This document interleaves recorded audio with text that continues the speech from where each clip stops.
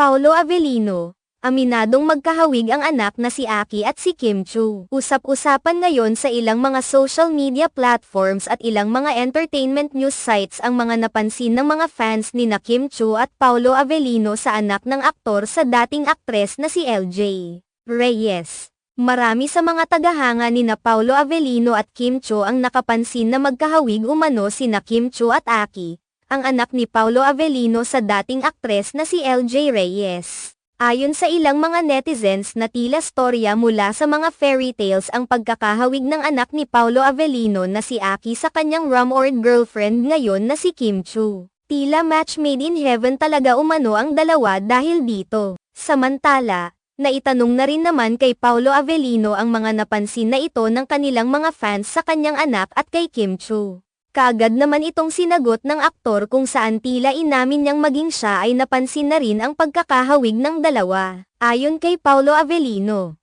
ganoon talaga kapag mga tiyanito at tiyanite tila nagiging magkamukha. Matatandaan na ilang araw na rin ang nakakalipas nang kumalat sa social media ang mga larawan kung saan makikitang pinagtabi ang mga larawan ni na Kim Chu at Aki para makita ng mga netizens ang pagkakahawig ng dalawa.